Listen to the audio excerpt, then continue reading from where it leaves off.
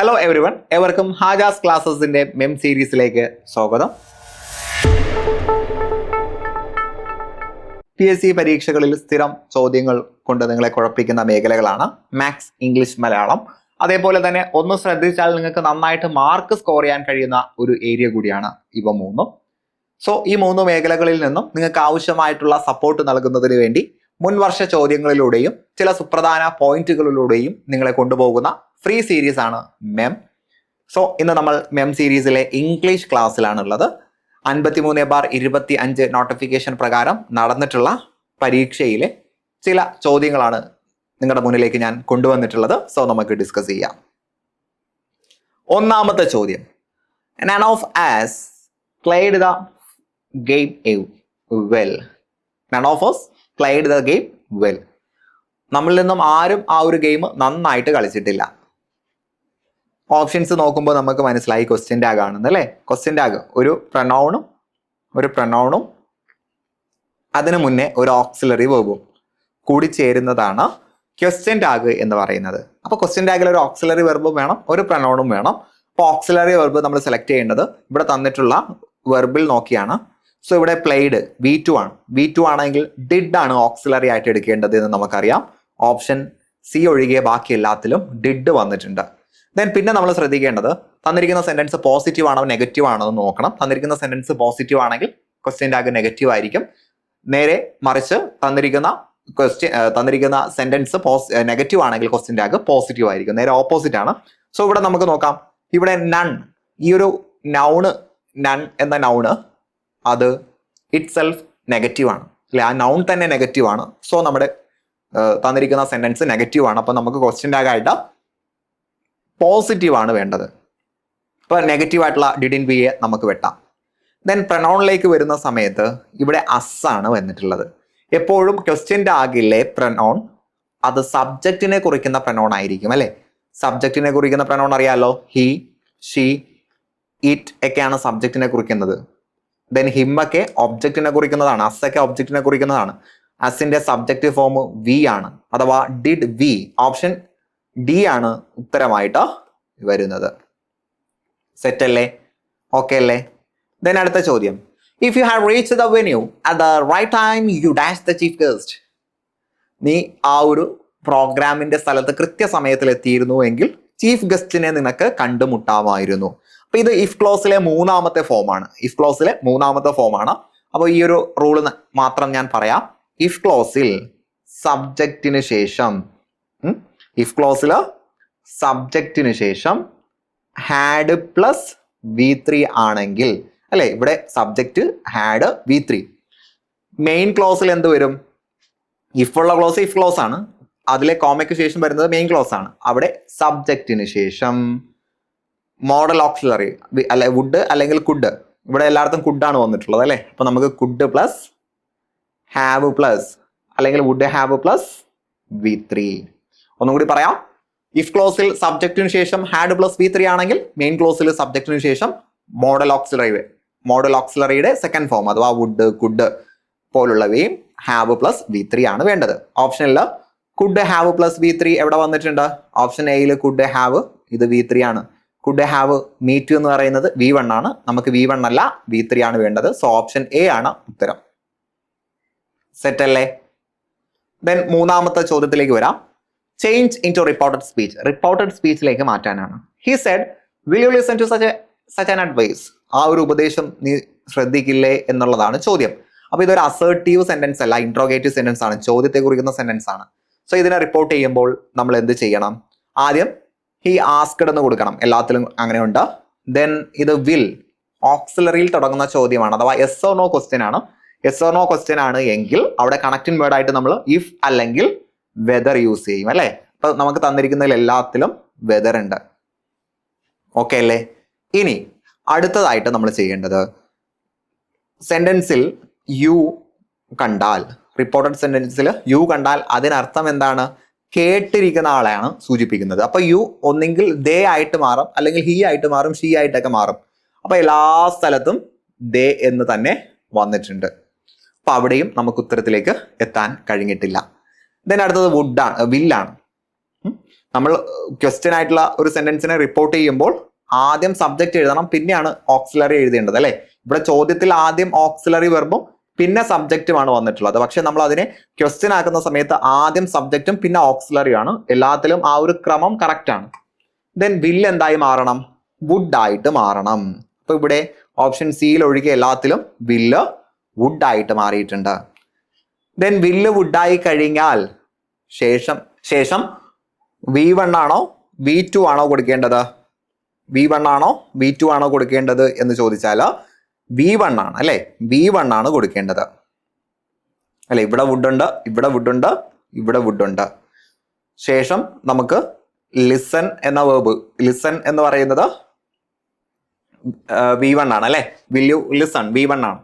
So അതിനെ നമ്മൾ V1 ആയിട്ട് തന്നെ കൊടുക്കണം. എന്താക്കരുത്? V2ഓ V3ഓ ആക്കാൻ പാടില്ല. ഇവിടെ ലിസേൺഡ് എന്നൊക്കെ ആക്കി കൊടുത്തിട്ടുണ്ട്, ലിസേൺഡ്. അപ്പൊ ഇത് രണ്ടും തെറ്റാണ്. സോ ഓപ്ഷൻ ഡി ആണ് ഉത്തരം. സെറ്റ് അല്ലേ? ഓക്കെ അല്ലേ? സോ മോഡൽ ഓക്സിലറികൾക്ക് ശേഷം ഒരു വെർബ് വന്നു കഴിഞ്ഞാൽ അവിടെ V1 കൊടുക്കാവൂ. അതിനിടയിൽ ഒരു ഹാവോ ബിയോ ഒക്കെ വന്നാലാണ് നമുക്ക് V3 കൊടുക്കാൻ കഴിയുന്നത്. ദെൻ അടുത്ത ചോദ്യത്തിലേക്ക് വരാം. Expand UPI. ഇതൊക്കെ IT-യിലേക്ക് ചോദിക്കേണ്ട ചോദ്യമാണ്. UPI എന്നതിന്റെ ഫുൾ ഫോം എന്താണെന്ന് ചോദിച്ചാൽ നമുക്കറിയാം. UPI ട്രാൻസാക്ഷൻസ് എന്നൊക്കെ നമ്മൾ നടത്താറില്ലേ? യൂണിഫൈഡ് പേയ്മെന്റ്സ് ഇന്റർഫേസ് കേട്ടോ. യൂണിഫൈഡ് പേയ്മെന്റ് ഇന്റർഫേസ് ആണ് UPI. ദെൻ അടുത്ത ചോദ്യം. The code observe the agreement null and void. Here null and void means, null and വോയിഡിന്റെ അർത്ഥം എന്താണ് എന്ന് ചോദിച്ചാൽ ഇൻവാലിഡ് ആണ് കേട്ടോ. ഇൻവാലിഡ്, വാലിഡ് അല്ലാത്തത്, ഇൻവാലിഡ് എന്നാണ് അർത്ഥം. ദെൻ ആറാമത്തെ ചോദ്യം. Pick out the word for a person who does not believe in and is strongly against accepted ideas and traditions, images, etc.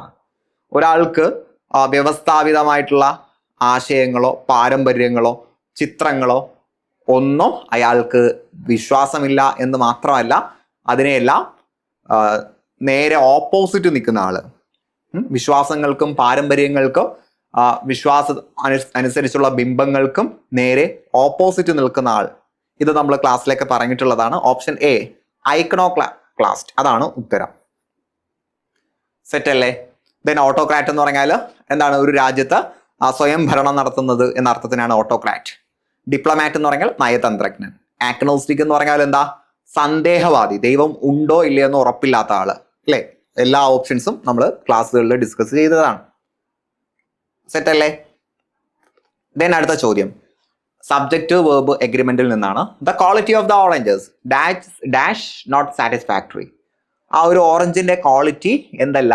തൃപ്തികരമല്ല. അപ്പൊ ഇവിടെ ഏത് ഓക്സിലറി കൊടുക്കും എന്നുള്ളതാണ്. ചില ആളുകൾ ഓറഞ്ചസ് എന്ന് കാണുമ്പോൾ നേരെ പ്ലൂറൽ ആണെന്ന് ധരിക്കും. ഇവിടുത്തെ സബ്ജക്റ്റ് ഏതാ? ദ ക്വാളിറ്റി എന്നാണ് അല്ലെ. ദ ക്വാളിറ്റി, യോഗ്യത, ഓറഞ്ചുകളുടെ യോഗ്യത. അപ്പൊ ക്വാളിറ്റിയിലേക്കാണ് നോക്കേണ്ടത്. അത് സിംഗുലർ ആണ്. അപ്പൊ സിംഗുലർ ആയിട്ടുള്ള ഓക്സിലറി ഏതാ? സിംഗുലർ ആയിട്ടുള്ള ഓക്സിലറി വാസ് ആണ്. യെസ്സിൽ അവസാനിക്കുന്ന ഓക്സിലറികളാണ് സിംഗുലർ കേട്ടോ. അപ്പൊ വാസ് ആണ് അവിടെ ഉത്തരമായിട്ട് വരുന്നത്. ഈസ് ഉണ്ടായിരുന്നെങ്കിൽ നമുക്ക് ഈസ് കൊടുക്കാമായിരുന്നു. ഇവിടെ വാസ് ആണുള്ളത്. സോ ഓപ്ഷൻ എ ആണ് ഉത്തരം. അടുത്തൊരു ചോദ്യത്തിലേക്ക് വരാം. He dash 10 years of service by next March. അടുത്ത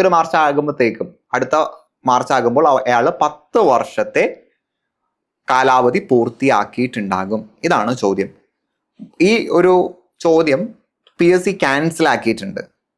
കാരണം ഇവിടെ ഉത്തരമായിട്ട് വരേണ്ടത് വിൽ ഹാവ് കംപ്ലീറ്റഡ് അഥവാ ഫ്യൂച്ചർ പെർഫെക്റ്റ് കണ്ടിന്യൂസ് ആണ് കേട്ടോ. Future perfect continuous by next March എന്നുള്ളത് ഫ്യൂച്ചർ പെർഫെക്റ്റ് കണ്ടിന്യൂസിനെ സൂചിപ്പിക്കുന്നതാണ്. സോ അതുകൊണ്ട് വിൽ ഹാവ് കംപ്ലീറ്റഡ് ആണ് വരേണ്ടിയിരുന്നത്. സോ ഓപ്ഷൻ എയിലോ ബിയിലോ സിയിലോ ഡിയിലോ അതില്ല. അതുകൊണ്ട് എല്ലാം നമ്മൾ ക്യാൻസൽ ചെയ്തു. PSCയുടെ ഉത്തരം വിൽ ഹാവ് കംപ്ലീറ്റഡ് ആയിരുന്നു. നമുക്ക് വേണമെങ്കിൽ ഓപ്ഷൻ സിയിലേക്കൊക്കെ പോകാമായിരുന്നു. പക്ഷെ PSC അത് ആൻസർ ആയിട്ട് കൊടുത്തിട്ടില്ല. ദെൻ 9ാമത്തെ ചോദ്യം. Teacher could not dash beating the student for his misbehaviour. കുട്ടികൾ എന്ത് മോശമായിട്ടുള്ള സ്വഭാവം കാണിച്ചു. അപ്പൊ ടീച്ചറിന് അടിക്കാതിരിക്കാനായില്ല. അഥവാ ഒരു കാര്യം ചെയ്യാതിരിക്കാനായില്ല എന്ന് സൂചിപ്പിക്കുന്ന phrasal verb option B keep from എന്നാണ് കേട്ടോ. ഒരു കാര്യം ചെയ്യാതിരിക്കാനായില്ല അഥവാ ഒരു കാര്യം ചെയ്യുന്നത് ഒഴിവാക്കാൻ കഴിഞ്ഞില്ല എന്ന അർത്ഥത്തിന് വരുന്ന phrasal verb option B keep from ആണ്. സോ കീപ്പ് വെച്ചിട്ടുള്ള ഫ്രേസൽ വെർബ് നമ്മൾ നേരത്തെ പറയാത്തത് കൊണ്ട് നമ്മൾ തന്നിരിക്കുന്ന ഓപ്ഷൻസ് ഒന്ന് ഡിസ്കസ് ചെയ്യുകയാണ്. Keep down. കീപ് ഡൗൺ എന്ന് പറഞ്ഞാൽ cause something to remain at a low level. ഒരു കാര്യം ഒരു ലോ ലെവലിലേക്ക് തുടരുന്നതിനാണ് കീപ് ഡൗൺ എന്ന് പറയുന്നത് കേട്ടോ. ഒരു കാര്യം ലോ ലെവലിൽ തന്നെ, താഴെ നിലവാരത്തിൽ തന്നെ തുടരുന്നതിനാണ് കീപ് ഡൗൺ എന്ന് പറയുന്നത്. The population of aphids is normally kept down by other animals. മറ്റ് ആനിമൽസിനേക്കാൾ ആഫിഡ് എന്ന് പറയുന്ന ആനിമൽസിന്റെ പോപ്പുലേഷൻ താഴെ തന്നെ നിൽക്കുകയാണ്, ഒരു ശരാശരി നിലവാരത്തിൽ നിന്നും താഴെ തന്നെ നിൽക്കുകയാണ്. ദെൻ കീപ് ഫ്രം, നമ്മൾ പറഞ്ഞ ആൻസർ അതായിരുന്നു. To prevent yourself from doing something. ഒരു കാര്യം ചെയ്യുന്നതിൽ നിന്നും വിട്ടു നിൽക്കുക കേട്ടോ. ഒരു കാര്യം ചെയ്യുന്നതിൽ നിന്നും വിട്ടു നിൽക്കുക എന്നാണ് കേട്ടോ. നേരത്തെ ഞാൻ പറഞ്ഞ ആ ഒരു അർത്ഥം ഒന്നുകൂടി ശ്രദ്ധിച്ച് മനസ്സിലാക്കുക. ഒരു കാര്യം ചെയ്യുന്നതിൽ നിന്നും വിട്ടു നിൽക്കുക കേട്ടോ. അവിടെ കുട്ട്നോട്ട് പറഞ്ഞത് കൊണ്ടാണ് നമ്മൾ വിട്ടു നിൽക്കാതിരിക്കാനായില്ല എന്നർത്ഥം പറഞ്ഞത്. അപ്പോൾ കീപ് ഫ്രം എന്ന് പറഞ്ഞാൽ ഒരു കാര്യത്തിൽ നിന്നും വിട്ടു നിൽക്കുക എന്നാണ് അർത്ഥം. I just manage to keep myself from falling. വീഴുന്നതിൽ നിന്നും ഞാൻ മാറി നിന്നു കേട്ടോ. വീഴുന്നതിൽ നിന്നും ഞാൻ മാറി നിന്നു. then അടുത്തത് കീപ് ബാക്ക്. ഒരു കാര്യത്തിന്റെ അടുത്തേക്ക് പോകാതിരിക്കുന്നതിനാണ് കീപ് ബാക്ക്. പിന്നോട്ട് വലിയുക എന്ന അർത്ഥവും നമുക്ക് പറയാം. To no go near something, ഒരു കാര്യത്തിന് സമീപം പോകാതിരിക്കുക. അല്ലെങ്കിൽ to prevent someone or something from going past a particular purpose. ഒരാളെ ഒരു നിശ്ചിത സ്ഥലത്തേക്ക് പോകാൻ അനുവദിക്കാതിരിക്കുക, അല്ലെങ്കിൽ അതിൽ നിന്നും തടയുക. അപ്പോൾ ഒരു സ്ഥലത്ത് പോകുന്നതിൽ നിന്നും തടയുക, പിന്തിരിയുക എന്ന അർത്ഥമാണ്. നമുക്ക് എക്സാമ്പിൾ നോക്കാം. Barriers were build to keep back the flood water. ജലപ്രളയത്തെ തടയുന്നതിന് വേണ്ടി, അല്ലെ തടഞ്ഞു നിർത്തുന്നതിന് വേണ്ടി എന്ത് കെട്ടി?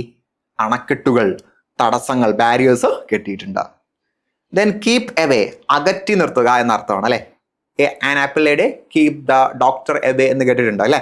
Preventing someone or something from coming close, ഒരാൾ അടുത്ത് വരുന്നതിൽ നിന്നും മാറ്റി നിർത്തുക, അകറ്റി നിർത്തുക. The guards will keep anyone away from the president's office. പ്രസിഡന്റിന്റെ ഓഫീസിലേക്ക് വരുന്നതിൽ നിന്നും മറ്റുള്ള ആളുകളെ ആര് അകറ്റി നിർത്തി? ഗാർഡ്, സെക്യൂരിറ്റി ഗാർഡ് അകറ്റി നിർത്തിയിട്ടുണ്ട്. സോ 4 ഫ്രേസൽ വെർബും പഠിക്കുക. കീപ്പ് വെച്ചിട്ടുള്ള ഫ്രേസൽ വെർബ് ചോദിക്കാറുണ്ട്, പഠിക്കുക. ദെൻ ലാസ്റ്റ് ചോദ്യം, കറക്റ്റ് സ്പെൽഡ് വേർഡ് ഏതാണ്? മെമെന്റോ. മെമെന്റോ എന്ന് പറയുമ്പോൾ MEMENTO.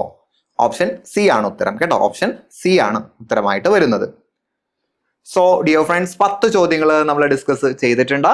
അപ്പൊ ഇത്രയും ചോദ്യങ്ങൾ കൃത്യമായിട്ടും നന്നായിട്ട് നിങ്ങൾക്ക് മനസ്സിലായിട്ടുണ്ട് എന്ന് കരുതുന്നു. ഈ ഒരു ക്ലാസ് നിങ്ങൾക്ക് ഇഷ്ടപ്പെട്ടിട്ടുണ്ടെങ്കിൽ നമ്മുടെ ചാനൽ ലൈക്ക് ചെയ്യുക, നമ്മുടെ ചാനൽ സബ്സ്ക്രൈബ് ചെയ്യുക, ഈ വീഡിയോ ലൈക്ക് ചെയ്യുക. നിങ്ങളുടെ സജഷൻസും അഭിപ്രായങ്ങളും കമന്റ് ബോക്സിലൂടെ അറിയിക്കുക. തീർച്ചയായിട്ടും നമ്മളത് പരിഗണിക്കുന്നതാണ്. അപ്പൊ നിങ്ങൾ ആഗ്രഹിക്കുന്ന സ്വപ്ന ജോലിയിലേക്ക് എത്രയും പെട്ടെന്ന് എത്തിപ്പെടാൻ കഴിയട്ടെ എന്ന് ആശംസിച്ചുകൊണ്ട് ഞാൻ നിർത്തുന്നു. Wish you good luck and good bye.